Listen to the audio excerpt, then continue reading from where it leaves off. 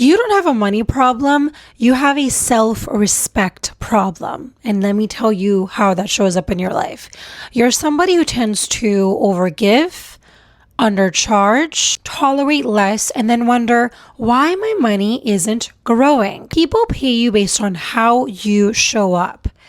If you don't truly respect yourself, you don't see the value within yourself, neither will they. Research has found that poor self-esteem predicts lower earnings in adulthood, which means how you value yourself does not just stay in your head, it shows up in your money. It shows up in the things that you're able to attract into your life. I struggled so deeply with understanding and recognizing my value for such a long time as a person because there's so many people out there, people that I speak to on a daily basis, and even friendships and my family members, they struggle with understanding what their value is as a person.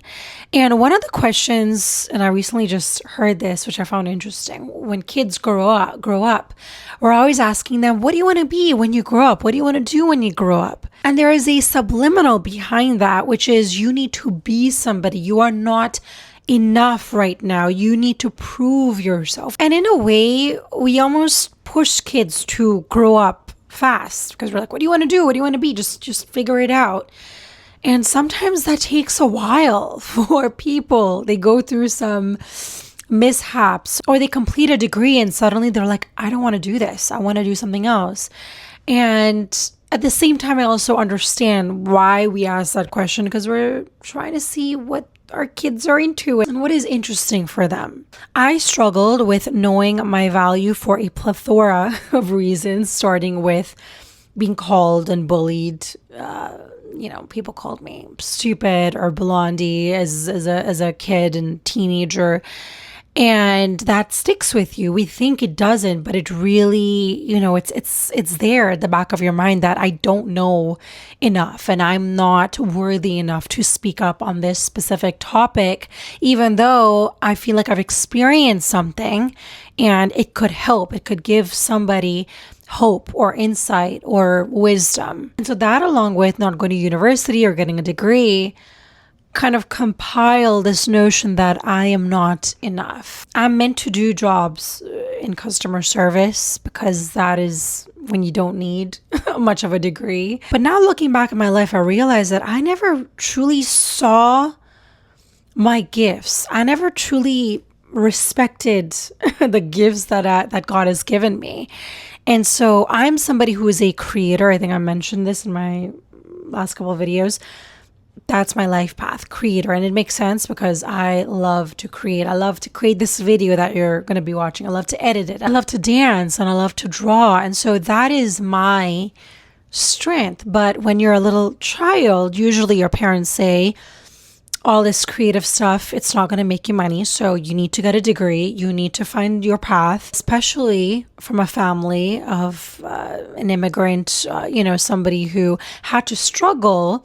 They push you towards the direction of you need to get a degree. Otherwise, you're going to be nothing. Nobody will marry you. You'll never be able to get a job. So, you grow up hearing these things. And now I look at my life and I'm like, none of that was true. And again, this is not an encouragement for you to not get a degree.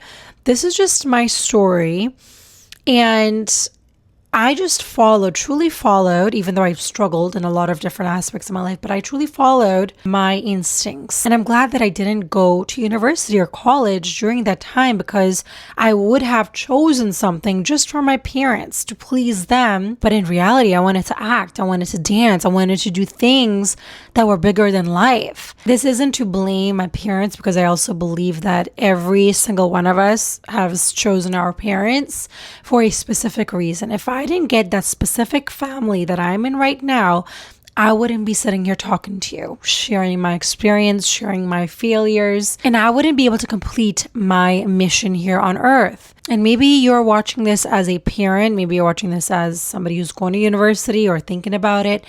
And my biggest advice is ask yourself, am I doing this for myself or am I doing it to please somebody else? Whatever you choose to do in life that is for somebody else is going to lead you down the wrong path. You are going off course and you're taking the wrong exit, which is then, guess what happens when you take the wrong exit? You got to take a detour. So it's going to be a long detour. Sometimes there's more ups and downs through that detour. And then you have to again come back into your course, which you're meant to be on. So my biggest advice, I know I totally went off track. I just want to mention to always follow your heart and your soul, because you know what is best for you. Nobody else knows what's best for you. And self-respect comes from choosing a path and making decisions that are in alignment with your soul and what you truly feel inside. And also I would like to add, when you make a decision for yourself, what happens there is that you're taking accountability for your life now. Because even if it doesn't lead you, maybe you are making a wrong decision choosing the path that you want to, but that's okay, because there is a lesson that is waiting for you. It's about the journey rather than what is the right decision for you. Sometimes we focus, and I did this for a very long time, we hyper focus on, is this the right decision for us? Is this really gonna make me $1 million? Is this really gonna be the right relationship for me? You're never truly gonna know, for the most part, if choosing this person is going to be the best thing for you. Because let's say that they are your soulmate and they are the best thing that's ever happened to you, and maybe 3 months later they pass away.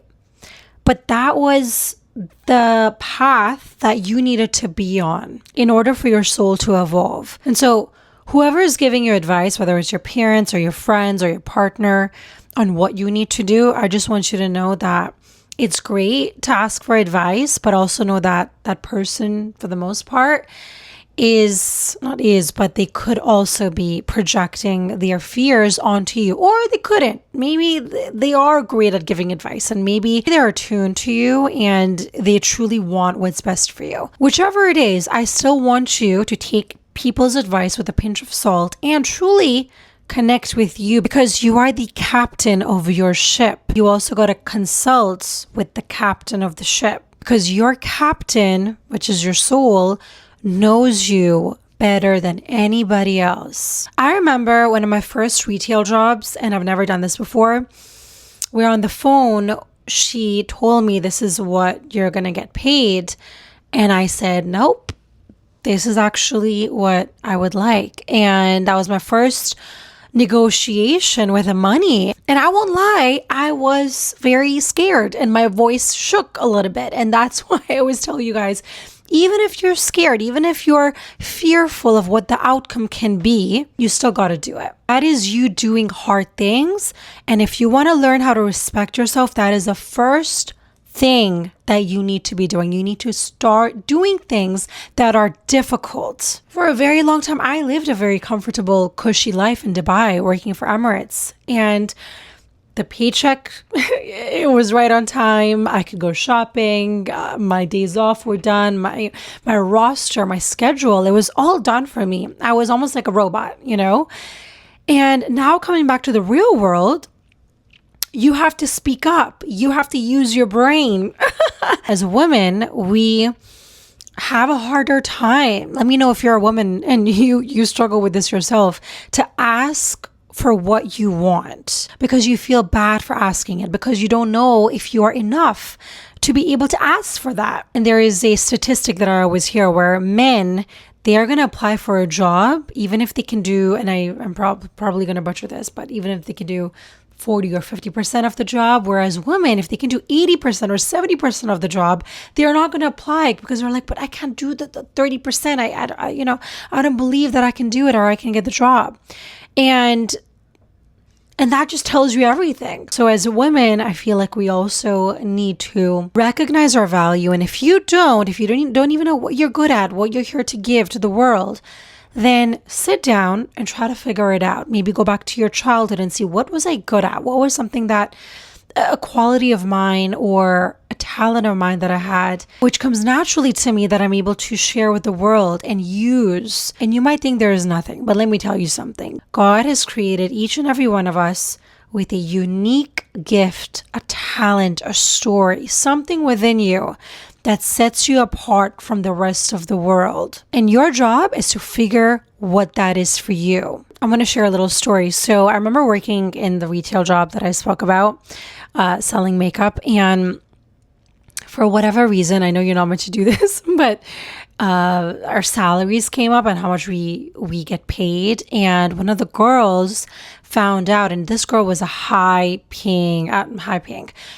She made a lot of sales and she was really good at what she did. Okay. She was like a shark.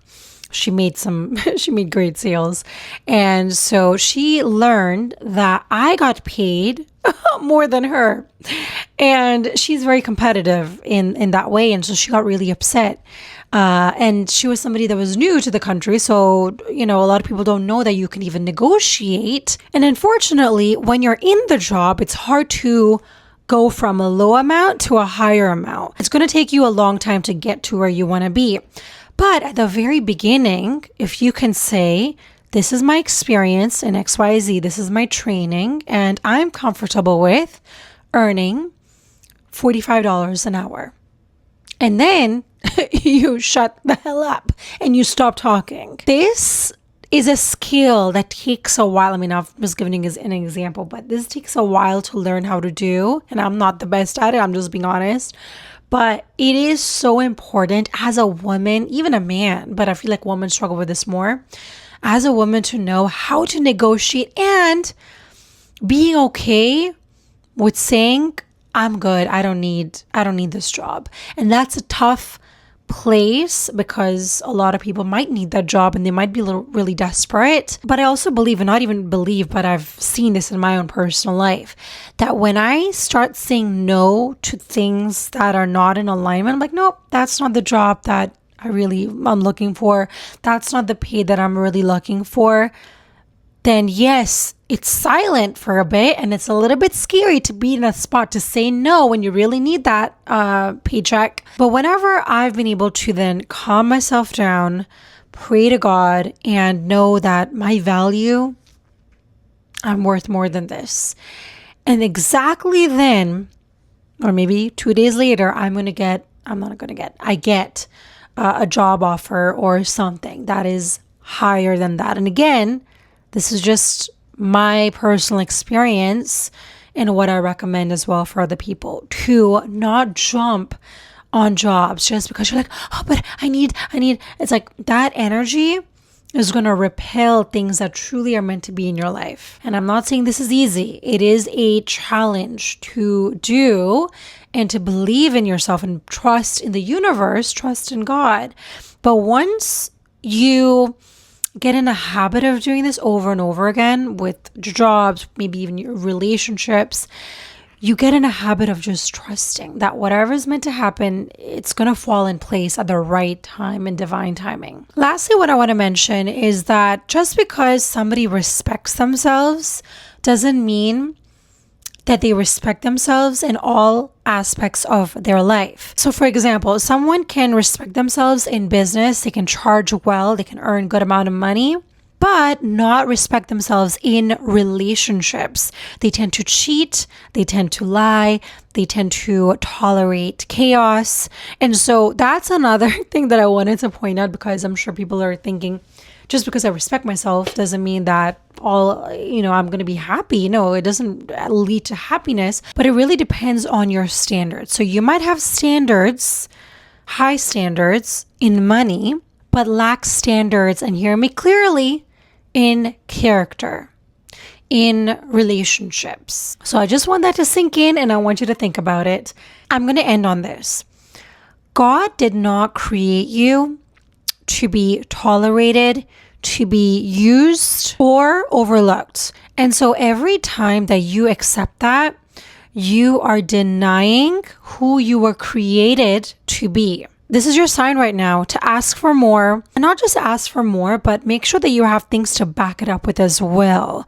You're not somebody who sits at home and plays video games and is on Netflix, Instagram all day long, and you have nothing to show for it. You don't have any experience. You don't have any value to give, because a lot of people are on the total other opposite spectrum of that, where they overvalue themselves and totally miss the mark. That's it for me today. Thank you so much for watching. I really hope this video is able to push you forward to your greatness and for you to truly ask for more. And one more thing I wanted to mention.